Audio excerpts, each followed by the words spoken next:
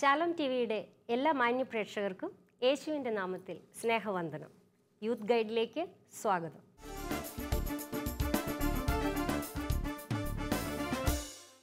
വിവാഹ ജീവിതം എന്ന് പറയുന്നത് വളരെ ധന്യമായ ഒരു മുഹൂർത്തമാണ്. അതിന് താളപ്പിഴകൾ ഉണ്ടാകാതിരിക്കാൻ ദമ്പതികൾ വളരെയേറെ ശ്രദ്ധിക്കേണ്ടതുണ്ട്.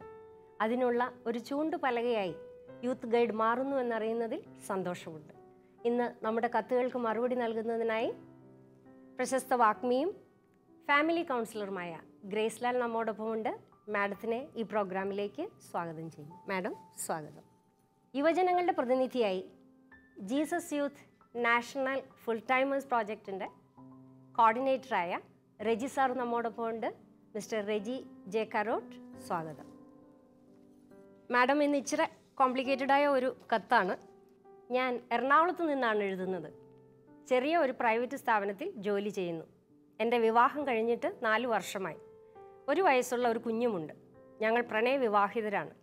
2 വീട്ടുകാരും എതിർത്ത വിവാഹമായിരുന്നു. എങ്കിലും പിന്നീട് വീട്ടുകാരുടെ എതിർപ്പ് മാറി. അവൾ ഗർഭിണിയാകുന്നതുവരെ ഞങ്ങൾ ഒത്തിരി നല്ല ജീവിതമായിരുന്നു. ഗർഭിണിയായപ്പോൾ ഡോക്ടർമാർ ബെഡ് റെസ്റ്റ് പറഞ്ഞു. അവൾ സ്വന്തം വീട്ടിലേക്ക് പോയി.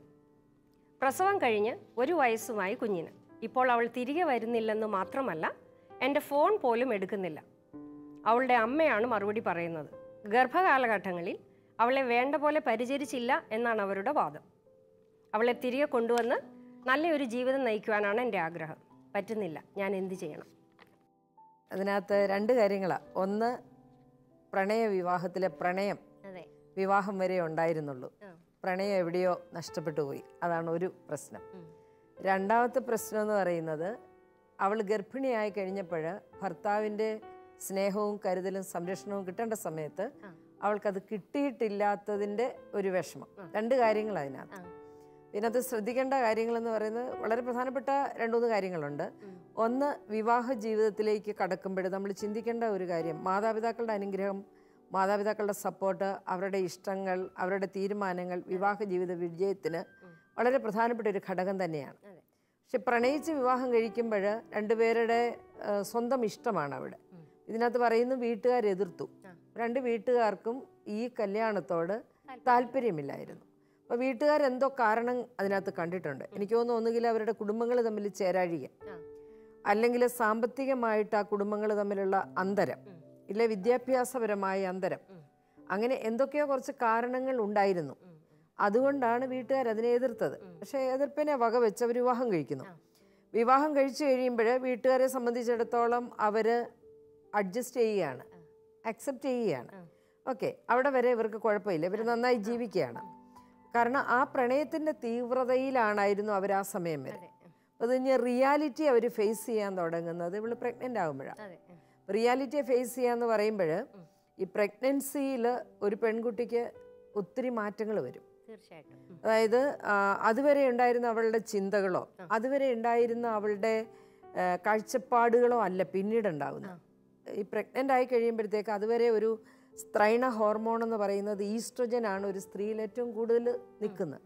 ഈ പ്രഗ്നൻ്റ് ആകുമ്പോഴത്തേക്ക് ഈസ്ട്രോജൻ പാട്ടുപെട്ടി മടക്കി പ്രൊജസ്ട്രോൺ എന്ന് പറയുന്ന ഹോർമോൺ പ്രവർത്തനത്തിൽ വന്നു. ഈ പ്രൊജസ്ട്രോൺ ഹോർമോൺ ഒത്തിരി അപകടകാരിയാണ്. അതാണ് ഈ ഗർഭകാലഘട്ടത്തിലെ പല സ്ത്രീകളുടെയും പ്രശ്നങ്ങളുടെ കാരണമെന്ന് പറയുന്നത്. അവർക്ക് ചിലപ്പോൾ ഇഷ്ടങ്ങൾ മാറും, ചില മണങ്ങൾ ഇഷ്ടമില്ല, ഫുഡ് ഇഷ്ടമില്ല, അങ്ങനെ ഒത്തിരി കുഴപ്പങ്ങൾ വരും. അപ്പം ഈ കുഴപ്പം വരുന്നത് മാത്രമല്ല, എനിക്ക് തോന്നുന്നു ആ കുട്ടിക്ക് കുഞ്ഞിൻ്റെ ഒരു സേഫ്റ്റിക്ക് വേണ്ടിയായിരിക്കാം ബെഡ് റെസ്റ്റ് എടുക്കാൻ പറഞ്ഞ്, അബോർഷൻ ആകാതിരിക്കാനാണ്. അപ്പോൾ ബെഡ് റെസ്റ്റ് എടുക്കാൻ പറയുമ്പോൾ സ്വാഭാവികമായും കല്യാണം കഴിച്ച് വന്ന വീട്ടിൽ വലിയ അക്സെപ്റ്റൻസ് ഇല്ലാതിരുന്നത് കൊണ്ടാവാം അവര് സ്വന്തം വീട്ടിലേക്ക് അവള് പോവുക, സ്വന്തം അമ്മയുടെ അടുത്ത്. സ്വന്തം അമ്മയുടെ പരിചരണം കിട്ടുമ്പോൾ അവൾക്ക് അമ്മയോട് കൂടുതൽ അറ്റാച്ച്മെന്റ് വന്ന് കാണും. അരെ അമ്മ വിവാഹത്തെ എതിർത്ത ആളാണെങ്കിലും അവൾക്കൊരാവശ്യം വന്നപ്പോൾ നോക്കാൻ അമ്മയാണല്ലോ. അപ്പോൾ അമ്മ ഒരു പക്ഷേ അവളോട് പറയുന്നുണ്ടാകുന്നു ആ വീട്ടിൽ എന്തുകൊണ്ട് അവർ നോക്കിയില്ല, അല്ലെങ്കിൽ ഭർത്താവ് വരുന്നില്ല, അവൻ ആശുപത്രിയിൽ കൊണ്ടുപോകുന്നൊന്നുമില്ല, എല്ലാം അമ്മയും അപ്പനുമാണ് ഇവിടെ ചെയ്യുന്നത്. അപ്പോൾ അവൻ ഹോസ്പിറ്റലിൽ കൊണ്ടുപോകുന്നില്ല, കരുതൽ വരുന്നില്ല. അപ്പോൾ അമ്മ ഓട്ടോമാറ്റിക്കായിട്ട് മോളോട് പറഞ്ഞു കാണും, ഇതാണ് പ്രണയവിവാഹത്തിൻ്റെ കുഴപ്പം. എന്തുകൊണ്ടാണ് അവൻ്റെ പ്രണയം എവിടെ പോയി, എന്തുകൊണ്ടാണ് അവൻ വരാത്തത്, എന്തുകൊണ്ടാണ് അവൻ നിന്നെ ഹോസ്പിറ്റലിൽ കൊണ്ടുപോകാത്തത്, ഇപ്പോൾ ആരും ഇല്ലല്ലോ, ഞങ്ങൾ മാത്രമല്ലേ ഉള്ളൂ, ഇതാടി ഞാൻ പണ്ടേ പറഞ്ഞത്, കണക്കായിപ്പോയി. അപ്പം ഈ രീതിയിൽ അമ്മ അവളോട് സംസാരിക്കുന്നുണ്ടാവും. അപ്പോൾ അവളുടെ മനസ്സിലേക്ക് അമ്മ കുത്തിവെക്കുന്ന ഇത്തരം കാര്യങ്ങൾ ഭർത്താവിനെ അവൾ ഒന്ന് അവഗണനയോടെ കാണാനായിട്ട് കാരണമാവുകയാണ്. പക്ഷെ ഇവിടെ ഭർത്താവെന്ന് പറയുന്നവൻ അപ്പനായി. അപ്പോഴത്തേക്ക് അവൾ പ്രസവിച്ചു, കുഞ്ഞായി, ഓട്ടോമാറ്റിക്കലി അവൻ ആ കുഞ്ഞിനെ കാണണം, കുഞ്ഞിനെ എടുക്കണം, അങ്ങനെയുള്ള ചില ഇഷ്ടങ്ങൾ വരുമ്പോഴേക്ക് കൊണ്ടുവരാൻ ചെന്നത്. അപ്പോൾ അതുകൊണ്ട് കുഞ്ഞിനെ വളർത്താനായിട്ട് അവൾക്ക് തോന്നുന്നു അവളുടെ അമ്മയാകുമ്പോൾ കൂടുതൽ എല്ലാ കാര്യങ്ങളും ചെയ്തു കൊടുക്കും. പ്രസവിച്ച് കഴിയുമ്പോഴേ ഉറക്കളയ്ക്കുന്ന അമ്മയായിരിക്കും. അതാ പറഞ്ഞ ആദ്യ കാലഘട്ടങ്ങളിൽ അമ്മയെല്ലാം ചെയ്തു കൊടുക്കുമ്പോൾ അവൾ അവിടെ സുരക്ഷിതയല്ലേ, വീട്ടുകാരെല്ലാം ചെയ്തു കൊടുക്കുന്നുണ്ടല്ലോ. പിന്നെ ഓട്ടോമാറ്റിക്കായിട്ട് അവൾ ഭർത്താവിനോടുള്ള ആ ഇഷ്ടക്കുറവ് പ്രകടിപ്പിക്കുന്നു. ഇതിപ്പോൾ പല വീടുകളിലും സംഭവിക്കുന്നത്, ഇവിടെ മാത്രമല്ല. ഞങ്ങളൊക്കെ ഈ ഫാമിലി കൗൺസിലിങ്ങിൽ പറയാറുണ്ട്, first pregnancy first breast feed. ഏറ്റവും കൂടുതൽ ഇവിടെ വിവാഹമോചനത്തിന് കേസുകൾ വരുന്നത്, കുടുംബ കോടതിയിലെ കേസുകൾ വരുന്നത് എല്ലാം ഈ ടൈമിലാണ്. ആ ടൈം എന്ന് പറയുന്നത് വല്ലാത്തൊരു സമയമാണ്. ഒരു സെക്കൻഡ് പ്രഗ്നൻസി ഒന്നും ആകുമ്പോൾ അത് സാരമില്ല. ഫസ്റ്റ് പ്രഗ്നൻസിയിൽ വരുന്ന വ്യത്യാസങ്ങൾ മനസ്സിലാക്കാൻ ഭർത്താവിന് പറ്റണം. ഒക്കെ കൂടുതൽ സ്നേഹം വേണം, കരുതൽ വേണം, ഭർത്താവിൻ്റെ തലോടൽ വേണം, അങ്ങനെ ഒത്തിരി കാര്യങ്ങളുണ്ട്. അത് ഒരു പെണ്ണിന് കിട്ടാത്തത് കൊണ്ടാണ് അവൾ ഓട്ടോമാറ്റിക്കലി അവിടെ വീട്ടിലേക്ക് പോയി കഴിഞ്ഞ് കഴിഞ്ഞപ്പോൾ വീടിനോട് താല്പര്യം വന്നു പോയത്. സാറിന് എന്തായിരിക്കും തോന്നുന്നത്, ഒരു പുരുഷന്റെ ഭാഗത്ത് നിന്ന് ചിന്തിക്കുമ്പോൾ എന്തുകൊണ്ടായിരിക്കാം അവൾ തിരിച്ചു വരാത്തത്? ഏതൊരു സ്ത്രീയും ഒരു സെക്യൂരിറ്റിയും അതോടൊപ്പം തന്നെ ഒരു പരിഗണനയും ആഗ്രഹിക്കുന്നുണ്ടാകും. പ്രത്യേകിച്ച് ഈ ഒരു പ്രഗ്നൻസി സ്റ്റേജിൽ അവൾക്ക് പലതരത്തിലുള്ള ആഗ്രഹങ്ങളോ അല്ലെങ്കിൽ സാമീപ്യമോ ഒക്കെ പ്രതീക്ഷിക്കുന്നുണ്ടാകാം. ഒരുപക്ഷെ അത് അവൾ വിചാരിക്കുന്ന ലെവലിൽ കൊടുക്കാൻ സാധിച്ചിട്ടുണ്ടാവില്ല. ഈ പ്രണയത്തിന് മുമ്പ് പറഞ്ഞ കഥകൾ മാത്രമാണ് ഇവളെ ആ ഒരു വിവാഹത്തിലേക്ക് എത്തിച്ചത്. പക്ഷെ അതിനുശേഷം യഥാർത്ഥ വിവാഹ ജീവിതത്തിൽ വന്നു കഴിഞ്ഞപ്പോഴേക്കും കൊടുക്കേണ്ട സ്നേഹം കൊടുക്കേണ്ട അളവിൽ കൃത്യസമയത്ത് കൊടുത്തിട്ടുണ്ടാവില്ല. അപ്പം അതെല്ലാം മിസ് ചെയ്തിട്ടുണ്ട്. പക്ഷെ വീട്ടിൽ ചെന്നപ്പോഴാണ് ഇതൊരു റിഫ്ലക്ഷൻ എന്ന രീതിയിൽ അവളുടെ മനസ്സിലേക്ക് വന്നിട്ടുണ്ടാവുക. അപ്പോൾ അവൾ ചിന്തിച്ചിട്ടുണ്ടാവും, എനിക്കിതൊന്നും കിട്ടിയിട്ടില്ലല്ലോ, എന്നെ വേണ്ട പോലെ പരിഗണിച്ചില്ലല്ലോ, ഞാൻ ഇന്ന ഡിമാൻഡ് വെച്ചപ്പോൾ ആ ഡിമാൻഡ് വേണ്ടതുപോലെ എനിക്ക് കിട്ടിയില്ലല്ലോ. ഒരുപക്ഷെ ഒരു ഭക്ഷണമായിരിക്കാം, ഒരുപക്ഷെ ഒരു ഔട്ടിംഗ് ആയിരിക്കാം, ഒരുപക്ഷെ ഒരു ബന്ധുവീട്ടിൽ പോകുന്നതായിരിക്കും. പ്രത്യേകിച്ച് ഈ പ്രണയവിവാഹത്തിന്റെ ഞാൻ കണ്ടെടുത്തോളം ഒരു ബന്ധുവീട്ടിൽ പോകാൻ വളരെ വിമുഖരാണ്. പിന്നെ ഈ ഗ്ലാമർ ടൈം അങ്ങ് കഴിഞ്ഞല്ലോ, ഇനിയും പോകണ്ടെന്നൊക്കെ ചിലപ്പോൾ പുള്ളിയും വിചാരിച്ചിട്ടുണ്ടാകും. കുറച്ച് ഗ്യാപ്പൊക്കെ ഇട്ടുണ്ടാകും, അവൾ എന്നെ വിളിക്കട്ടെ എന്ന് വിചാരിച്ചിട്ടുണ്ടാകും. പക്ഷെ വീട്ടിലെ സാഹചര്യത്തിൽ ചിലപ്പം വിളിക്കാൻ പറ്റില്ല. ചില രക്ഷിതാക്കള് പ്രസവം കഴിഞ്ഞാൽ അധികം എഴുന്നേക്കാനും സംസാരിക്കാനും ഒന്നും പ്രോത്സാഹിപ്പിച്ചിട്ടുണ്ടാവില്ല.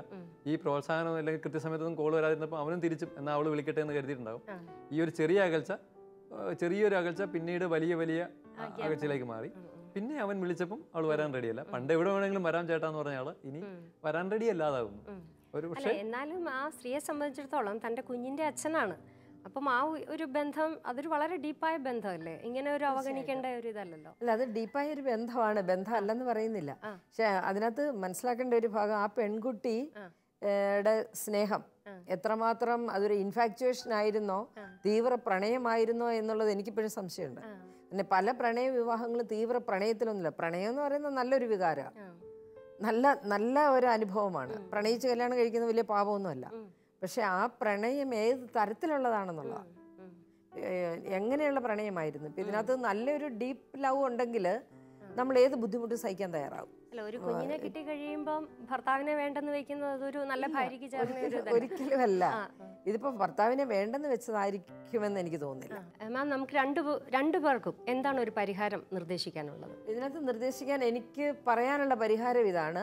പെൺകുട്ടിയോട് താലി കെട്ടിയ പുരുഷൻ, അവളുടെ കുഞ്ഞിന്റെ അച്ഛൻ, അവൻ എങ്ങനെയുള്ളവനായിരുന്നാലും ആരായിരുന്നാലും അവന്റെ കൂടെ പോകുന്നതാണ് അവൾക്ക് ഏറ്റവും സേഫ് എന്ന് പറയുന്നത്. ഇപ്പൊ അമ്മയ്ക്ക് ആരോഗ്യമുള്ള സമയത്ത് കൊച്ചിനെ നോക്കും, അല്ലെ അപ്പൻ ആരോഗ്യമുള്ള സമയത്ത് കൊച്ചിനെ നോക്കുമായിരിക്കും. കുറെ കഴിയുമ്പോൾ ഇവൾക്കൊരു വിലയില്ലാതാവും സ്വന്തം വീട്ടില്. കാരണം തന്നെ കണ്ടുപിടിച്ച ഒരുത്തൻ്റെ കൂട്ടത്തിൽ പോയിട്ട് തിരിച്ചു വന്ന് നിൽക്കുന്നു, അവൾക്കൊരു അവഗണന ഉണ്ടാവും. അപ്പുറത്ത് ഭർത്താവിന് ഒരു പക്ഷെ മാനസിക പക്വത ഉണ്ടാവില്ല. അവൻ പഠിക്കട്ടെ, അവനൊരു അല്ലെങ്കിൽ എന്താണ് അവൾ തുറന്ന് സംസാരിക്കണം അവനോട്. ഞാൻ ഇന്നതൊക്കെയാണ് ആഗ്രഹിച്ചത്, അല്ലെങ്കിൽ ഒരു ഭർത്താവ് എന്നുള്ള നിലയിൽ, അപ്പൻ എന്നുള്ള നിലയിൽ ഞങ്ങൾ ഇതാണ് പ്രതീക്ഷിക്കുന്നത്. അപ്പോൾ അവൻ ആ മച്യൂരിറ്റി ലെവൽ, ഒരു പക്ഷേ പ്രണയ വിവാഹങ്ങളിൽ പെട്ടെന്നൊക്കെ കല്യാണം കഴിക്കുന്നില്ല, മച്യൂരിറ്റി ലെവൽ വളരെ കുറവായിരിക്കുമെന്ന് എനിക്ക് തോന്നുന്നു. അപ്പം അവനെ ആ മച്യൂരിറ്റിയിലേക്ക് കൊണ്ടുവരണം. അത് പാരൻസ് സംസാരിക്കണം. രണ്ട് പാരൻസിനും ഇതിനകത്തൊരു പാർട്ടുണ്ട്. അവർക്ക് ഒരുമിച്ചിരുന്ന ഒരു സംസാരമാകാം. എന്താണ് മോളെ വിഷമിപ്പിക്കരുത്, മോനെ നീ ഇങ്ങനെയൊക്കെയാണ് ചെയ്യേണ്ടത്, അതാണ് ഞങ്ങൾ പ്രതീക്ഷിക്കുന്നത്. അത് രണ്ട് പാരൻസിനും കൂടെ ഇതിനകത്തൊന്ന് ഇടപെട്ടുകൊണ്ട് ചെയ്തു കഴിഞ്ഞാൽ പിള്ളേർക്ക് നന്നായി ജീവിക്കാനായിട്ട് സാധിക്കും. അപ്പോൾ ഇതിനകത്ത് പിള്ളേരോട് പറയുന്നത് എടുത്തുചാട്ടം കൊണ്ട് ഉണ്ടാകുന്ന ഭവിഷ്യത്തുകളാണിത്. അത് സഹിക്കാന്, ക്ഷമിക്കാന്, വിട്ടുകൊടുക്കാൻ രണ്ടുപേരും തയ്യാറായാൽ അവരുടെ പ്രശ്നങ്ങൾ തീർത്ത് അവർക്ക് മുന്നോട്ട് പോകാം. കാരണം വിവാഹ ജീവിതത്തിൽ ഒരു 3 സ്റ്റെപ്പുണ്ട്. First 3 years, next 7 years, next 14 years. First 3 years എന്ന് പറയുന്ന അഡ്ജസ്റ്റ്മെന്റ് പ്രോബ്ലം ഏറ്റവും കൂടുതൽ ഉണ്ടാകുന്ന സമയം. അതുണ്ടാവും. അത് ഏത് വിവാഹത്തിലും, അത് പ്രണയവിവാഹം എന്നല്ല, ഏത് വിവാഹത്തിലും അറേഞ്ച്ഡ് മാരേജ് ആണെങ്കിലും ഉണ്ടാകും. ഒരു 3 വർഷം 3.5 വർഷമൊക്കെ ആകുമ്പോൾ ഒരു കൊച്ചൊക്കെ ആയി കുടുംബജീവിതം എന്താണെന്ന് നമ്മൾ മനസ്സിലാക്കി വരും. അതുവരെ നമുക്ക് ഭർത്താവിൻ്റെ അമ്മയെ വേണ്ട, അപ്പനെ വേണ്ട, എല്ലാവരും ഉപേക്ഷിച്ച് തരാൻ, നമ്മൾ രണ്ട് മാത്രം ഒരു ലോകം, അങ്ങനെ ഒരു ഇമാജിനറി വേൾഡിൽ ഇങ്ങനെ ജീവിക്കുക. അത് കഴിഞ്ഞാൽ റിയാലിറ്റി, കൊച്ചൊക്കെ ആകുമ്പോൾ റിയാലിറ്റി, രാത്രി ഉറക്കളയ്ക്കണം, കൊച്ചിന് പനി വരും, കൊച്ചിന് ചൊറി വരും, കൊച്ചിനെ ആശുപത്രി കൊണ്ടുപോകണം, സാമ്പത്തിക ബുദ്ധിമുട്ടുണ്ടാവും. അപ്പോൾ ഇവർ ആ റിയാലിറ്റിയെ ഫേസ് ചെയ്യും. ഒരു 7 years ആകുമ്പോഴത്തേക്ക് ഇവർ അടികളി പഠിക്കും, അത്യാവശ്യം അടികളി പഠിക്കും. പിന്നെ ശരിയായൊരു ജീവിതത്തിലേക്ക് വരുമ്പോൾ ഒരു 14 വർഷമൊക്കെ എടുക്കും. പിള്ളേരൊക്കെ സ്കൂളിൽ പോകാനൊക്കെ തുടങ്ങി അവർ ആ റിയാലിറ്റിയിലേക്ക് വരും. അതുകൊണ്ട് ഞാൻ കുട്ടികളോട് പറയുന്നത്, നിങ്ങൾ തന്നെ ആഗ്രഹിച്ച കുടുംബജീവിതമാണ്. ആ ആഗ്രഹം, ജീവിത പങ്കാളി എന്താണോ ആഗ്രഹിക്കുന്നത് ആ ആഗ്രഹത്തിനനുസരിച്ച് എല്ലാവർക്കും പെരുമാറാൻ പറ്റുന്നില്ലെങ്കിലും നമുക്കത് ശ്രമിക്കാൻ പറ്റും. എന്താണ് സ്നേഹം അല്ലെ പ്രണയം? വേറൊരാൾക്ക് വേണ്ടി എന്തും ചെയ്യാനുള്ള, എന്തും കൊടുക്കാനുള്ള, എന്തും ഉപേക്ഷിക്കാനുള്ള നല്ല മനസ്സിനെയാണ് നമ്മൾ പ്രണയം എന്ന് പറയുന്നത്. ആ മനസ്സ് അവർ രണ്ടുപേരും ഉണ്ടാക്കിയാൽ മതി. പ്രശ്നം പരിഹരിക്കപ്പെടാൻ ഏറ്റവും എളുപ്പ മാർഗം അതാണ്. ആ ട്രൂ ലവിലേക്ക് അവർ വരിക. ഒരു തുറന്ന സംസാരം തീർച്ചയായിട്ടും വേണം. ഇത് ഫോൺ പോലും അറ്റൻഡ് ചെയ്യാൻ സമ്മതിക്കുന്നില്ല അവളെ. ഒരു പക്ഷേ ഈ പ്രസവിച്ച് കിടക്കുമ്പോൾ നമ്മൾ ഈ കൊച്ചിനും അമ്മയ്ക്കും കൂടുതൽ ഇത് കൊടുക്കാൻ വേണ്ടി പേരൻസ് ഒക്കെ ഫോൺ എടുത്ത് മാറ്റി വെക്കും. പിന്നെ പഴയ മാതാപിതാക്കളാണെങ്കിൽ പെൺകുട്ടികൾ നേരെ കിടന്നോണം, അവരുടെ യൂട്രസൊക്കെ പഴയ പോലെ ചുരുങ്ങാൻ, അല്ലെങ്കിൽ കുളി, കുഴമ്പ്, എണ്ണ, ഇങ്ങനെ കുറേ കാര്യങ്ങളുണ്ട് ഈ പെണ്ണുങ്ങൾക്ക്. അത് ഈ ആണുങ്ങൾക്ക് മനസ്സിലാവുന്നില്ല എന്നുള്ളത് വേറൊരു കാര്യമാണ്. ചുമ്മാ പ്രസവിച്ചൊരു കൊച്ചു മാത്രമല്ല, അതിനോടൊപ്പം തന്നെ അവരുടെ ശരീരത്തിൽ ഒത്തിരി മാറ്റങ്ങൾ വന്നു. ശരീരം വളരെ ഇളതായി. അതിനെ പഴയ രീതിയിലേക്ക് കൊണ്ടുവരുന്ന ഒത്തിരി പരിപാടികളോടെ നടക്കുന്നുണ്ട്. ആ യൂട്രസ് പഴയതിലേക്ക് ചുരുങ്ങി ഒന്ന് നേരെയായി അവൾ ആ പഴയ പെണ്ണാകാൻ എടുക്കുന്ന ഒരു സമയം 3 months എന്ന് പറയുന്നത് വളരെ പ്രധാനപ്പെട്ട സമയം. 90 days. ആ 90 days ആണുങ്ങൾ പെണ്ണുങ്ങളുടെ മുറിയിൽ കിടക്കാൻ പോലും ചെല്ലരുതെന്ന് പേരൻസ് ഒക്കെ പറയുന്നതിന് അതിന് കാരണമുണ്ട്, അതിനൊരു ഉത്തരവുണ്ട്. ഒരുപക്ഷെ ഇവൻ അതൊക്കെ ദേഷ്യമായി കാണും, അമ്മ അടുപ്പിച്ചില്ലെന്നോ ഉണ്ടാവില്ല. അല്ല, അവൻ ചെന്നപ്പോഴും അവർ ചിലപ്പം ആ മുറി കിടത്തി കാണത്തില്ല, അപ്പം ഭാര്യയുടെ അടുത്ത് അടുപ്പിച്ച് കാണത്തില്ല, അപ്പം മാറ്റി കിടത്തി കാണും. ഇതൊക്കെ ഈ സമയത്ത് ഉണ്ടാകുന്ന പ്രശ്നങ്ങൾ. അത് മനസ്സിലാക്കാൻ അവർക്ക് പക്വതയില്ലാതെ. ഇതെല്ലാം നമ്മുടെ നാട്ടിൽ മാത്രമുള്ളെന്ന് കരുതണം. വിദേശ രാജ്യങ്ങളിൽ ഹസ്ബൻഡ് ആൻഡ് വൈഫ് ഒന്നിച്ച് അവർ തന്നെയാണ് ഹോസ്പിറ്റലിലേക്ക് പോകുന്നത്. ഡെലിവറി ടൈമിൽ അവർ മാത്രം, ഡെലിവറി കഴിഞ്ഞ് 2 മണിക്കൂറിന് ശേഷം അവർ കുഞ്ഞുമായിട്ട് പുറത്തു വരുന്നു. അവർ തന്നെ കാറ് ഡ്രൈവ് ചെയ്ത് വീട്ടിലേക്ക് പോകുന്നു. അവർ രണ്ടുപേരും കൂടി കുഞ്ഞിനെ വളർത്തുന്നു. അവിടെ ഈ പറയുന്ന അവിടുത്തെ ക്ലൈമറ്റ് വേറെയാണ്. അവരുടെ അത് ഒരു കാരണമാണ് കേട്ടോ. അവരുടെ ജോലി വ്യത്യാസമുണ്ട്.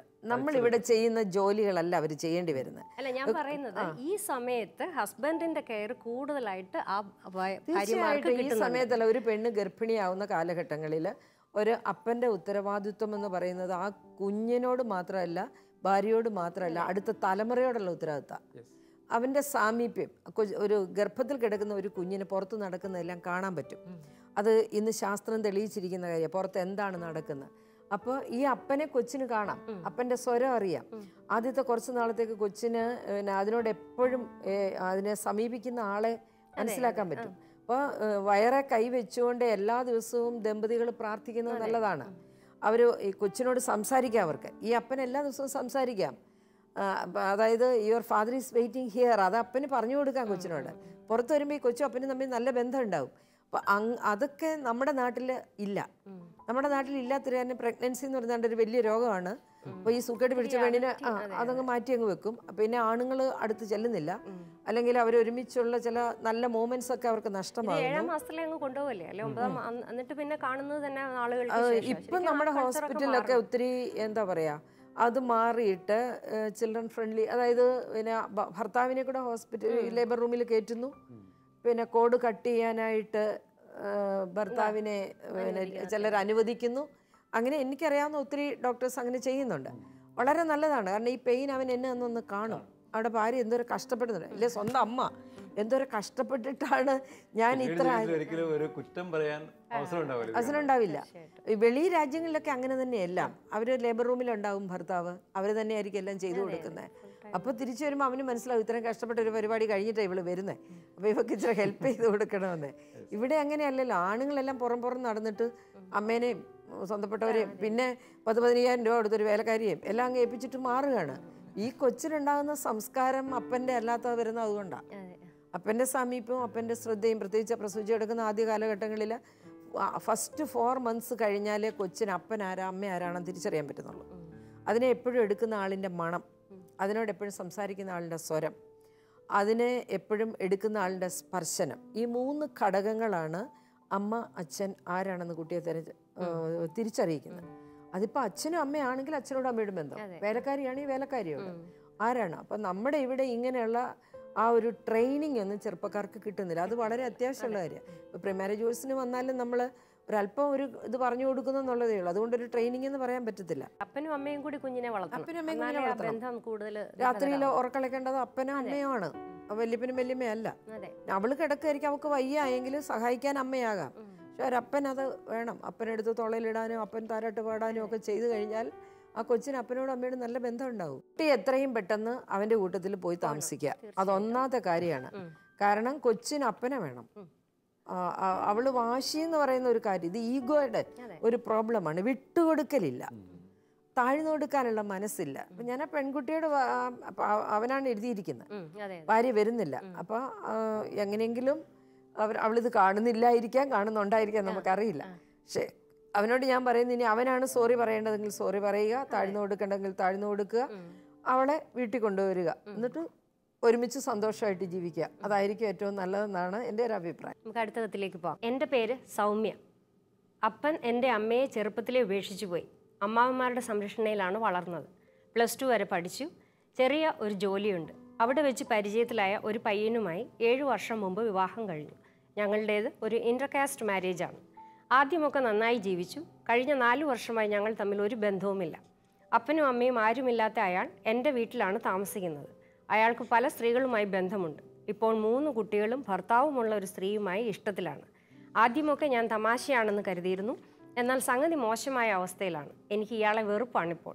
വിവാഹമോചനം കിട്ടുമോ? സഭ സമ്മതിക്കുമോ? 2 കാര്യങ്ങൾ അതിനകത്തുണ്ട്. ഒന്ന്, അവർ 2 മതത്തിൽപ്പെട്ടവർ മതം മാറി എനിക്ക് തോന്നുന്നു കല്യാണം കഴിച്ചു. 2 പേരുടെയും പാസ്റ്റ് ലൈഫ്, ചെറുപ്പ കാലഘട്ടങ്ങളിലുള്ള പ്രശ്നങ്ങൾ. അതായത് അവൾക്ക് ചെറുപ്പത്തിൽ ഒത്തിരി തിക്തമായ വേദനിപ്പിക്കുന്ന അനുഭവങ്ങൾ ഉണ്ടായിട്ടുണ്ട്. അപ്പൻ ചെറുപ്പത്തിലെ ഇട്ടിട്ട് പോയി. അമ്മയോ അവളും മാത്രമേ ഉള്ളൂ. അമ്മാവന്മാരുടെ സംരക്ഷണയിൽ വളരുന്നു. അപ്പോൾ ഓട്ടോമാറ്റിക്കായിട്ട് അപ്പൻ്റെ സ്നേഹം കിട്ടിയിട്ടില്ല, അപ്പൻ്റെ ലാളനയോ ശ്രദ്ധയോ കിട്ടിയിട്ടില്ല. അപ്പം അതുകൊണ്ട് അവളുടെ ചെറുപ്പത്തിൽ അവളുടെ പേഴ്സണാലിറ്റി ഡെവലപ്മെൻറ്റിൽ ആണുങ്ങളോടുള്ള ഒരു ദേഷ്യം മരിച്ചും വരുന്നുണ്ട്. അവനും സെയിം ഒരു ഇതിലാണ്, സാഹചര്യമാണ്. അപ്പനും അമ്മയും ഇല്ല അവന്. അവൻ ഭാര്യ വീട്ടിൽ വന്ന് താമസിക്കേണ്ടി വരുന്നു. അവൻ്റെ ചെറുപ്പകാലം അവനൊരു ഡിസിപ്ലിൻഡ് ലൈഫ് ഇല്ലെന്നാണ് എനിക്ക് തോന്നുന്നത്. ഒരു ഡിസിപ്ലിൻഡ് ലൈഫ് വരണമെങ്കിൽ ആ കുടുംബം എന്ന് പറയുന്ന അപ്പൻ അമ്മ മക്കൾ ആ ഒരു അവസ്ഥയിൽ വരണം. അതവന് കിട്ടിയിട്ടില്ല. അപ്പോൾ അതുകൊണ്ട് അവൻ്റെ 2 പേരുടെയും പാസ്റ്റ് ശരിയല്ല. ചെറുപ്പത്തിൽ വളരെ നമ്മുടെ ഒരു പേഴ്സണാലിറ്റി ഡെവലപ്മെൻറ്റിൽ ഏറ്റവും പ്രധാനപ്പെട്ട സമയം എന്ന് പറയുന്ന ഒരു 7 വയസ്സൊക്കെ വരെയാണ്. 7 വയസ്സ് വരെ നമ്മളൊരു കുട്ടിയെ നന്നായി വളർത്തിയിട്ടുണ്ടെങ്കിൽ പിന്നെ നമ്മൾ ഭയപ്പെടണ്ട. ഇനി കുറച്ച് വളർന്നു കഴിഞ്ഞ് എന്തെങ്കിലും തരികിട കാണിച്ചാലും നമ്മൾ പേടിക്കണ്ട, ആ കുട്ടി തിരിച്ചു വരും. പക്ഷെ ഇവിടെ ഈ 7 വയസ്സ് വരെയുള്ള കാലഘട്ടങ്ങളിൽ ഇവർക്ക് 2 പേർക്കും ഉണ്ടായിട്ടുള്ള പ്രശ്നങ്ങളാണ് ഇവരെ ഈ അറ്റാച്ച്മെൻറ്റ്. അതൊരു പ്രണയം എന്നൊന്നും പറയുന്നില്ല, അവർ പരിചയപ്പെട്ട പയ്യനുമായിട്ടാണ്. അവിടെ ഒത്തിരി നാൾ പ്രണയിച്ചൊന്നും നടന്നിട്ടില്ല, പരിചയപ്പെട്ടു, കല്യാണം കഴിച്ചു. കല്യാണം കഴിച്ചു കഴിഞ്ഞ് ഇപ്പം അവനെ സംബന്ധിച്ചിടത്തോളം അവൻ വീണ്ടും സ്നേഹത്തിന് വേണ്ടി ദാഹിക്കുക. അവൻ ഒരാളുടെ സ്നേഹം കൊണ്ട് പറ്റുന്നില്ല, വീണ്ടും വീണ്ടും വേറെ വേറെ മേച്ചിൽപ്പുറങ്ങൾ തേടുന്നത് ആ സ്നേഹത്തിന് വേണ്ടിയുള്ള ഒരു ദാഹം അവൻ്റെ ഉള്ളിൽ കിടപ്പുണ്ട്. അതുകൊണ്ടാണ് ഇപ്പം വേറൊരു കല്യാണം കഴിച്ച് 3 കുട്ടികളുള്ള ഒരു സ്ത്രീ, എനിക്ക് തോന്നുന്നു ആ ഒരു മദർലി ലവ് അവൻ എവിടെയോ കിട്ടാൻ അവൻ്റെ മനസ്സ് ദാഹിക്കുന്നുണ്ടല്ലേ. വേറെ പെമ്പിള്ളേരുണ്ടല്ലോ, കൊച്ചു പെമ്പിള്ളേരില്ലേ, അവരുടെ പുറകെ പോകുന്നില്ലല്ലോ. 3 കുട്ടികളുള്ള ഒരമ്മയുമായിട്ടാണ് അവൻ്റെ ബന്ധം. അതൊരു പേഴ്സണാലിറ്റി ഡിസോർഡറാണ്. മനസ്സിലായോ? അതായത് അമ്മയുടെ സ്നേഹം കിട്ടാഞ്ഞിട്ട് എവിടെയോ അവന് കിടപ്പുണ്ട് ആ ദാഹം. അപ്പം ഈ സ്ത്രീ ഒരു പക്ഷേ അമ്മയുടെ സ്നേഹം കൊടുക്കുന്നുണ്ടാവും, നമുക്കറിയില്ല. അത് എത്തരം സ്നേഹമാണ് എന്ന് നമുക്കറിയില്ല. എങ്കിലും ആ സ്ത്രീയിൽ നിന്ന് അവൻ അനുഭവിക്കുന്ന ഒരു സ്നേഹം ഭാര്യയിൽ നിന്ന് കിട്ടുന്നില്ല. ഇപ്പം ഭാര്യയ്ക്ക് പല റോളുണ്ട് ഇവിടെ. അവൾ ഭാര്യ മാത്രമായ പോരാ, അവൾ അമ്മയാവണം, പെങ്ങളാവണം, ഭാര്യയാവണം, കാമുകിയാവണം, കുറേ കുറേ കുറേ കാര്യങ്ങൾ. പക്ഷെ അവൾ അതിനെക്കുറിച്ച് അവെയറല്ല. ഇതാണ് ഈ ജീവിതം പരാജയപ്പെടാനുള്ള കാരണം. അപ്പോൾ ഇതിനകത്ത് ഇവളോട് ഉള്ള ഒരു ഒന്നാമത്തെ എനിക്ക് അവളോട് ഉപദേശിക്കാനുള്ളത്, അവനെ നല്ല ജീവിതത്തിലേക്ക് കൊണ്ടുവരാൻ ദൈവം ഏൽപ്പിച്ചതാണ് അവളെ. അവൾ വിട്ടിട്ട് പോകുന്നത് ഒരിക്കലും ഒരു പരിഹാര മാർഗമല്ല.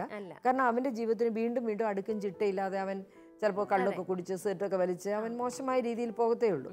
പക്ഷേ ദൈവം അവളെ ഏൽപ്പിച്ചിരിക്കുന്ന വലിയൊരു ദൗത്യമായിട്ട് അവനെ ഏറ്റെടുക്കാൻ തയ്യാറാണ്. തിരിച്ചു കൊണ്ടുവരാൻ പറ്റും. രണ്ടുപേരും കൂടെ ആദ്യമായിട്ട് നല്ലൊരു ധ്യാനം കൂടാൻ പോകണം. നല്ലൊരു അവള് പറയുന്നുണ്ടല്ലോ, ഒരു സഭയുടെ നിയമം അനുസരിച്ച് വിവാഹമോചനം കിട്ടുമെന്നാണ് ചോദിക്കുന്നത്. അതാണ് അവൾ ചോദിച്ചിരിക്കുന്നത്. ഒരുമിച്ച് ജീവിക്കാനുള്ള മാർഗ്ഗമല്ല അവൾ ചോദിച്ചിരിക്കുന്നത്. എങ്ങനെയെങ്കിലും ഇതൊന്ന് അവോയ്ഡ് ചെയ്ത് കിട്ടുമോ എന്നുള്ളതാണ്. പക്ഷെ അവളുടെ മനസ്സിൽ ഒത്തിരി ദേഷ്യം ഉണ്ടാകും ഇവനോടെ. കാരണം ഇപ്പോഴത്തെ ഒരു കാലഘട്ടത്തിൽ ഈ എന്താ പറയുക, ഫോണ്, നെറ്റ്, ഇങ്ങനെ കുറേ കാര്യങ്ങളുണ്ടല്ലോ. ഭർത്താവിൻ്റെ പുറകെ നടന്ന് ഇതെല്ലാം കണ്ടുപിടിക്കും. ഈ രാത്രി മുഴുവൻ കുത്തിയിരുന്ന് ഭർത്താവ് ഉറങ്ങുമ്പോൾ അയാളുടെ ഫോൺ എടുത്ത് ചെക്ക് ചെയ്യും. ഭർത്താവ് ഉറങ്ങുമ്പോൾ അയാളുടെ എന്താ സാധനങ്ങളാണ്, ഈ സാധനങ്ങളെല്ലാം എടുത്ത് ഇതിനകത്ത് ഇട്ട് നോക്കും. അതിനകത്ത് വേറെ ഫോട്ടോ കാണും, വേറെ മെസ്സേജ് കാണും, വേറെ ഇതെല്ലാം കാണും. എന്നിട്ട് പാനിക്കാവും. പാനിക്കായിട്ട് പിന്നെ നേരം വിളിക്കുമ്പോൾ ഭർത്താവിനോട് ഇതെല്ലാം വെച്ചിട്ട് വഴക്കുണ്ടാക്കാൻ തുടങ്ങും. ഇതാണ് ഇവിടെ പല ഭാര്യ ഭർത്താക്കന്മാർക്കിടയിൽ, ഇവർക്കിടയിൽ നല്ല മിക്കവാറും ഭാര്യ ഭർത്താക്കന്മാർക്കിടയിൽ നടക്കുന്ന പ്രശ്നങ്ങളാണ്. ഒത്തിരി കള്ളത്തരം കാണിക്കുന്നുണ്ട് ഭാര്യ ഭർത്താക്കന്മാർ, ഒത്തിരി കള്ളത്തരം കാണിക്കുന്നുണ്ട്. ഭാര്യ അറിയാത്ത ബന്ധങ്ങൾ, ഭർത്താവ് അറിയാത്ത ബന്ധമെന്ന് പറയുന്ന ഒരു സെക്ഷൽ ലൈഫ് അങ്ങനൊന്നും ആയിരിക്കില്ല. സൗഹൃദങ്ങളാണ് ഇതൊക്കെ. ഇതൊക്കെ വെറും സൗഹൃദങ്ങളായിരിക്കും. ആ സമയത്ത് ഒരു മനസ്സിന് കിട്ടുന്ന കുറച്ച് സന്തോഷം. ചിലപ്പോൾ വീട്ടിൽ വരുമ്പോൾ ഭാര്യ എപ്പോഴും ഇങ്ങനെ വഴക്കുണ്ടാക്കിക്കൊണ്ടിരിക്കും. അവള് എന്താ പറയുക, ഒരു നാഗിങ് വൈഫ് നമ്മൾ പറയത്തില്ലേ, എപ്പോഴും ഇങ്ങനെ ശല്യം ചെയ്തുകൊണ്ടിരിക്കുക, ചൊറിഞ്ഞുകൊണ്ടിരിക്കുന്ന ഭാര്യ എന്ന് പറയത്തില്ലേ. ഇവളൊരു പക്ഷെ എപ്പോഴും ചൊറിയുന്നുണ്ടാകും അവന്. ആ ചൊറിച്ചിലാണ് വേറൊരു സ്ത്രീയുടെ അടുത്ത് അവനെ കൊണ്ട് എത്തിക്കുന്നത്. അതുകൊണ്ട് ആദ്യം ഞാൻ അവളോട് പറയാൻ ആഗ്രഹിക്കുന്ന ഒരു കാര്യം, 2 പേർക്കും അപ്പനും അമ്മയും ഒന്നുമില്ല. ഒരാൾക്ക് അമ്മയുണ്ട്, ഒരു വല്ലാത്ത വേദനിപ്പിക്കുന്ന ഒരു അനുഭവങ്ങളിലൂടെ കടന്നു വന്നവരാണ്. 2 പേരും സ്നേഹം ആഗ്രഹിക്കുന്നുണ്ട്. അവൾക്ക് കുറച്ചുകൂടി പക്വതയോടെ അവനോട് ഇടപെടാൻ പറ്റണം. വിവാഹമോചനമെന്ന് പറയുന്നത് ഒരിക്കലും ഒരു പ്രശ്ന പരിഹാരമല്ല. ആരും അങ്ങനെ വിചാരിക്കണ്ട. വലിയൊരു പ്രശ്നത്തിന്റെ തുടക്കം മാത്രമാണ് വിവാഹമോചനം.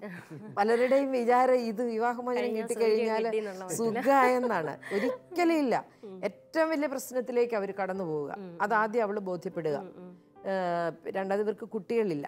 അപ്പോൾ എനിക്ക് തോന്നുന്നു ഇവർ തമ്മിലുള്ള ബന്ധങ്ങളിൽ എന്തെങ്കിലും പ്രശ്നങ്ങൾ, അല്ലെങ്കിൽ ആർക്കെങ്കിലും ട്രീറ്റ്മെന്റ് വേണോ വേണ്ടായോ, അവരൊരു ഡോക്ടറെ കാണുക, അവർ 2 പേരും ചെക്കപ്പ് നടത്തുക, ഒരു കുഞ്ഞുണ്ടാവാൻ വേണ്ടി ആഗ്രഹിച്ച് പ്രാർത്ഥിക്കുക. ഒരു ധ്യാനമൊക്കെ കൂടി ഒരു കുഞ്ഞുണ്ടാകാൻ വേണ്ടി അവർ ആഗ്രഹിച്ച് പ്രാർത്ഥിച്ച് ഒരു കുഞ്ഞൊക്കെ ആയി കഴിയുമ്പോഴത്തേക്ക് അവരുടെ ഇത്തരം ആ ഒരു ചിന്തകളൊക്കെ മാറും, ബാലിശമായ ചിന്തകളൊക്കെ മാറും.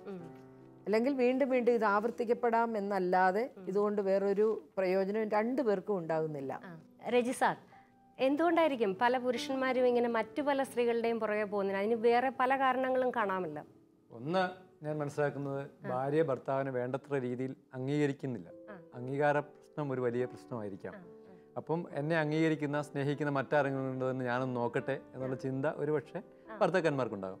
അതിൻ്റെ ആ കാരണങ്ങൾ കൊണ്ട് തന്നെ അയാൾ പോകുന്നുണ്ടാകും. 2, അവൻ പ്രതീക്ഷിക്കുന്നത് പോലെയുള്ള ആദ്യം കല്യാണത്തിന് തൊട്ട് മുമ്പൊക്കെ സൗന്ദര്യം ഉണ്ടെന്നൊക്കെ വിചാരിച്ചാലും അവൻ വിചാരിക്കുന്ന പോലെയുള്ള ഒരു സൗന്ദര്യമോ, അല്ലെങ്കിൽ അവൻ വിചാരിച്ച അവൻ സ്വപ്നം കണ്ടതുപോലൊന്നും അല്ല എന്ന് മനസ്സിലാക്കിയപ്പം അവൻ ഇതിനും അപ്പുറത്തുണ്ടോ എന്നുള്ള അതുക്കുമേളെ പോകുന്ന ഒരു കൾച്ചറിലേക്ക് പോയോ എന്നുള്ള ഒരു കാര്യം ഉണ്ടാകും. 3, ഈ വിവാഹ ജീവിതം എന്ന് പറയുന്നത് അതിനെ ഏറ്റവും കൂടുതൽ യോജിപ്പിക്കുന്നത് പരസ്പര സ്നേഹവും ഐക്യവുമാണല്ലോ. അപ്പം നേരത്തെ മാഡം സൂചിപ്പിച്ച പോലെ ഈ എപ്പോഴും കുറ്റപ്പെടുത്തിക്കൊണ്ടിരിക്കുന്ന അത് ശരിയായില്ല ഇത് ശരിയായില്ല എന്നിങ്ങനെ എല്ലാ ദിവസവും പറയുമ്പോൾ ഒരു ഭർത്താവിനെ സംബന്ധിച്ച് അവനതൊരു വലിയ ബുദ്ധിമുട്ടായിരിക്കും. ബാക്കി കണ്ടില്ലേ അവർക്ക് ആ സാരി വാങ്ങിക്കൊടുത്തില്ല, ഈ കാറ് വാങ്ങി, ഞാൻ പറഞ്ഞ കളർ വാങ്ങിയില്ല. അപ്പോൾ അങ്ങനെ കേൾക്കുമ്പോൾ ഇതൊക്കെ കുഴപ്പമില്ല സാരമില്ല എന്ന് ചിന്തിക്കുന്ന നല്ല ആളുകളെ ഞാൻ കണ്ടിട്ടുണ്ട്. നിന്നെ വേണം ഞാൻ ഒന്ന് കാണിച്ചു തരാമെന്നുള്ള രീതിയിൽ ആദ്യം ഒരു ചലഞ്ച് പോലെ ചെറുതായി കാണിക്കാൻ വേണ്ടി ചെയ്തതായിരിക്കും. പിന്നെ നോക്കിയപ്പം ഇവിടെ കിട്ടാത്ത അംഗീകാരവും സ്നേഹവും പരിഗണനയും ഐക്യമില്ലായ്മയും ഒക്കെ അപ്പുറത്ത് വരുന്നു. അപ്പോൾ അവിടെ കിട്ടാൻ തുടങ്ങിക്കഴിഞ്ഞു. അപ്പോൾ പിന്നെ ഇത് സ്ലോലി ഇതൊരു എന്താ പറയുക ബേസ് ലാൻഡും മറ്റൊന്ന് ബിൽഡ് ചെയ്യുന്ന ഒരു പുതിയ ലോകവും. അപ്പം മനുഷ്യരിങ്ങനെ എന്താ സ്നേഹത്തിൻ്റെയും അംഗീകാരത്തിൻ്റെയും പുറകെ എത്ര പ്രായമായാലും അതിൻ്റെ പിന്നാലെ പോകുന്ന ഒരു ചിന്തയുണ്ട്. പക്ഷെ ഇതൊക്കെ കുടുംബമാകുന്ന ബലിവേദിയിൽ കൊടുക്കാൻ സാധിച്ചാൽ, ഭാര്യ അത് ആവശ്യമുള്ള സമയത്ത് മരുന്ന് കൃത്യമായി സ്നേഹത്തോടെ കൊടുത്താൽ ഏത് ഭർത്താവിനെയും തിരികെ കൊണ്ടുവരാൻ പറ്റുമെന്നാണ് ഞാൻ മനസ്സിലാക്കുന്നത്. ഒരുപാട് അങ്ങനത്തെ ഒരു സ്നേഹം കൊടുത്ത് റീചാർജ് അതെ അതെ അതെ തീർച്ചയായും ഈ സ്നേഹം കൊടുക്കുന്നു എന്ന് തോന്നാതെ തന്നെ അത് അവന് കിട്ടിക്കഴിയണം. അവനെപ്പോഴും ഒരു എന്താ പറയുക വയറ് നിറഞ്ഞ അനുഭവമായിരിക്കും. വീട്ടിലേക്ക് വരുമ്പോൾ അവനെപ്പോഴും ഒരു വയറ് നിറഞ്ഞ അനുഭവമായിരിക്കും. പുറമേ നിന്ന് അവന് കിട്ടാത്തത് വീട്ടിൽ കിട്ടുമെന്നുള്ള പ്രതീക്ഷയോട് കൂടെ വേണം അവൻ വൈകുന്നേരം വീട്ടിലേക്ക് എത്താനായിട്ട്. ഞാൻ വീട്ടിലേക്ക് പോകുന്നില്ല എന്ന് ചിന്തിക്കാൻ കാരണം അവന് വേണ്ടത് കിട്ടാത്തതുകൊണ്ടാണ്. അതുകൊണ്ടാണ് അവൻ ബാറിലേക്കോ മറ്റു പലതിലേക്കോ അല്ലെ മറ്റു സ്ത്രീകളിലേക്കോ ഒക്കെ പോകുന്നത്. ഇങ്ങനെ പലതരത്തിലുള്ള മോഷണത്തിന് പോകുന്നത്. യഥാർത്ഥമായ സ്നേഹവും പരിഗണനയും, അതായത് ഭാര്യ ആദ്യം തന്നെ ഭർത്താവിന്റെ ഹൃദയം മോഷ്ടിച്ചാൽ അത് പൂർണ്ണമായിട്ടും സ്നേഹത്തിലേക്ക് എത്തിക്കാൻ സാധിക്കും. അവിടെ അംഗീകാരവും സ്നേഹവും ഐക്യവും ഒക്കെ ഉണ്ടാവും. പിന്നെ ഇതൊക്കെ തമാശകളാക്കി പറയാനും അത് തമാശയായി അവസാനിപ്പിക്കാനും സാധിക്കും. എവിടെയാണ് നമ്മൾ ഫെയിലിയർ ആകുന്നത് വെച്ചാൽ ഈ സ്നേഹവും ഐക്യവും നമ്മുടെ കുടുംബ ബലിവേദിയിൽ കൊടുക്കാൻ പറ്റാതെ വരുമ്പോഴാണ്. അപ്പം അത് കിട്ടാനുള്ള പുരുഷന്റെ ഈ ആഗ്രഹത്തെ ശമിപ്പിക്കുന്ന രീതിയിൽ വീട് എപ്പോഴും ഒരു സ്നേഹഭവനമായി മാറണം. അത് മാറട്ടെ എന്നാണ് എന്റെ ചിന്ത. ഇത് പുരുഷന്മാര് മാത്രമല്ല, സ്ത്രീകളും തേടിപ്പോകുന്നുണ്ട്, വേറെ പുരുഷന്മാരെ തേടിപ്പോകുന്നുണ്ട്. ഇതൊരു പേഴ്സണാലിറ്റി ഡിസോർഡറും കൂടിയാണ് സാർ. ഇതൊരു മാനസിക രോഗമാണ്. കാരണം ഒന്നിൽ തൃപ്തിപ്പെടാൻ പറ്റുന്നില്ല. അപ്പൊ ഇതിനകത്ത് ഭാര്യയുടെ സൗന്ദര്യം കുറഞ്ഞിട്ടോ അവള് വീട്ടുകാരെ നോക്കാഞ്ഞിട്ടോ മാത്രം ആവില്ല. കാരണം നല്ല സുന്ദരികളായ ഭാര്യയുള്ളവർക്ക് യാതൊരു ഭംഗിയില്ലാത്ത വൈകല്യങ്ങളുള്ള സ്ത്രീകളുടെ പുറകെ പോകുന്നുണ്ട്. തിരിച്ച് സ്ത്രീകളും അതുപോലെ തന്നെയാണ്. നല്ല മിടുക്കനും സുന്ദരനും നല്ല ധനവാനും ഒക്കെയുള്ള ഭർത്താവ് ഉള്ളപ്പോൾ അവരുടെ പിന്നെ ജോലിക്കാരുടെ കൂടെയും അല്ലെങ്കിൽ അങ്ങനെയൊക്കെ പോകുന്ന സാഹചര്യങ്ങളുണ്ട്. ഇവിടെ ഭർത്താവ് കൊടുക്കാഞ്ഞിട്ടുമല്ല, ഭാര്യ കൊടുക്കാഞ്ഞിട്ടുമല്ല. അതൊരു തരം മാനസിക വൈകല്യങ്ങളാണ്, ചെറുപ്പത്തിൽ വരുന്ന ഒരു മാനസിക വൈകല്യങ്ങളാണ്. ഇതിനകത്തുള്ള ഒരു കാര്യം എന്ന് പറയുന്നത് പിന്നെ ഭാര്യ ഭർത്തൃ ബന്ധം എന്ന് പറയുന്നതിൽ ഒരു വിശ്വസ്തത എന്ന് പറഞ്ഞൊരു സൂത്രമാണ്. ഒരു തേർഡ് പാർട്ടി കടന്നു വരാതെ അത്ര മാത്രം അതിനൊരു പഴുതില്ലാതെ സൂക്ഷിക്കണം. ആ വിശ്വസ്തത പാലിക്കുക എന്ന് പറയുന്നത് രണ്ടുപേർക്കും കടപ്പെട്ട കാര്യങ്ങളാണ്. ഇപ്പം പിന്നെ ഭാര്യ ഇവിടെ എനിക്ക് പറയാനുള്ളത്, വേറൊരു സ്ത്രീയെ തേടി പോകുമ്പോഴും I am the authorized wife. ആ സ്ഥാനത്ത് വരാൻ ലോകത്ത് വേറൊരു സ്ത്രീയില്ല. ആര് സ്ത്രീയുടെ പുറകെ പോയാലും ആരുടെ പിറകെ പോയാലും ഞാൻ ആ ഓതറൈസ്ഡ് വൈഫാണ്. എൻ്റെ സ്ഥാനത്തിരിക്കാൻ യോഗ്യതയുള്ള വേറൊരാളില്ല, വേറൊരാൾ വരുത്തുമില്ല. അതുകൊണ്ട് വിവാഹമോചനം അല്ല, ആ സ്ഥാനം അവൾക്കുണ്ട്. അയാൾക്കൊരു വൈകല്യമുണ്ട്, അല്ലെ അയാൾക്കൊരു പ്രശ്നമുണ്ട്, ചെറുപ്പത്തിൽ വളർന്നതിൻ്റെ ഭാഗം തിരിച്ചു കൊണ്ടുവരാം. നല്ല കൗൺസിലിങ്ങിലൂടെ, നല്ലൊരു ധ്യാനം കൂടുന്നതിലൂടെ, അവരുടെ പ്രെയർ ലൈഫിലൂടെ അവൻ ആ തെറ്റുകളെ ബോധ്യപ്പെടുത്തി കൊടുത്ത് അത് തെറ്റാണ് എന്ന് മനസ്സിലാക്കി കഴിയുമ്പോൾ തിരിച്ചു വരട്ടെ, അവർക്ക് നല്ലതായിട്ട് ജീവിക്കാനായിട്ട് സാധിക്കും. ഒന്ന് പറഞ്ഞ് രണ്ടാമത്തേന് കോടതിയും വിവാഹമോചനവും ഒരു പരിഹാരമല്ല എന്ന് ഇന്നത്തെ ചെറുപ്പക്കാർ ധരിച്ചിരിക്കുക. ഒന്ന് പറയും രണ്ടാമത്തേന് എനിക്ക് വിവാഹമോചനം വേണം. മോചനം അല്ല ആവശ്യം, അത് അഡ്ജസ്റ്റ് ചെയ്യാനായിട്ട് വിട്ടുകൊടുക്കലാണ്, വിട്ടുവീഴ്ചയ്ക്ക് തയ്യാറാവലാണ്.